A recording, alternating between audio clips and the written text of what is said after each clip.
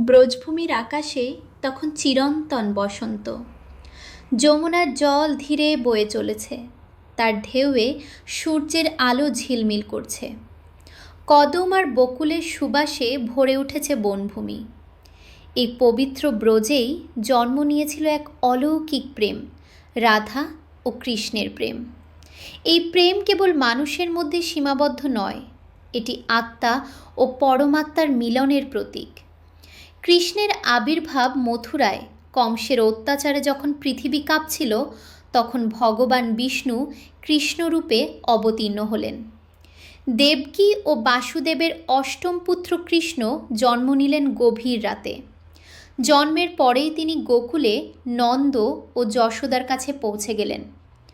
গোকুলে কৃষ্ণ বেড়ে উঠলেন এক সাধারণ গোপাল বালক হিসেবে, কিন্তু তার প্রতিটি কাজেই লুকিয়ে থাকত ঈশ্বরত্ব। শৈশবে কৃষ্ণ ছিলেন দুষ্টু, চঞ্চল ও মধুর। মাখন চুরি, গোপীদের হাসি কান্না, যশোদার স্নেহ সব মিলিয়ে গোকুল হয়ে উঠেছিল আনন্দের স্থান।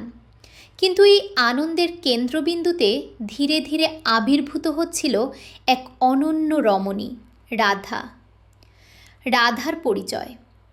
রাধা জন্মগ্রহণ করেছিলেন বর্ষভানু মহারাজের ঘরে, বর্ষানায়। তিনি ছিলেন সৌন্দর্য, বুদ্ধি ও ভক্তির অপূর্ব মিশ্রণ।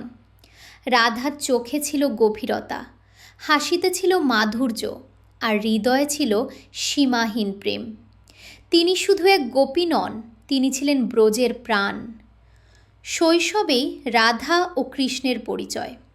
যমুনার তীরে খেলতে খেলতে, গরু চড়াতে গিয়ে, ফুল তুলতে তুলতে তাদের হৃদয় জড়িয়ে যায় অদৃশ্য বংশবন্ধনে। প্রথম দেখাতেই যেন তারা একে অপরকে চিনে ফেছিল, যেন বহু জন্মের পরিচয়।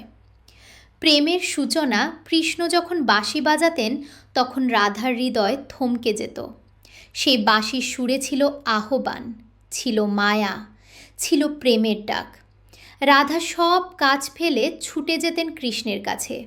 কৃষ্ণ রাধাকে ছাড়া অসম্পূর্ণ ছিলেন। গোপীদের মধ্যে রাধার স্থান ছিল আলাদা।